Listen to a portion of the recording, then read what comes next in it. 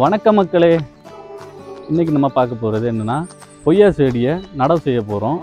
இது வந்து ஒட்டு செடி தான், விதையாக வளர்ந்ததில்லை. இதை நம்ம இப்போது நடவு செய்கிறத பற்றி பார்ப்போம்.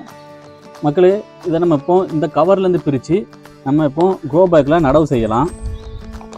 செடி வாங்கிட்டு வந்து என்றைக்குமே நீங்கள் வந்து நர்சரிலேருந்து வாங்கிட்டு வந்து உடனே நம்ம வீட்டில் நடவு செஞ்சிடாதீங்க.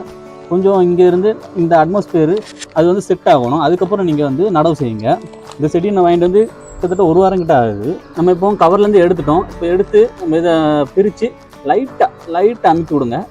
அதுக்கும் வந்து நம்ம வந்து உடச்சிடவும் கூடாது. ஏன்னா வந்து வேறு போய் வந்து வளரணும். நம்ம இதை இப்போ நடவு செய்யலாம். 12க்கு 12 க்ரோ பேக்கில் தான் இப்போ நம்ம வச்சுருக்குறோம்.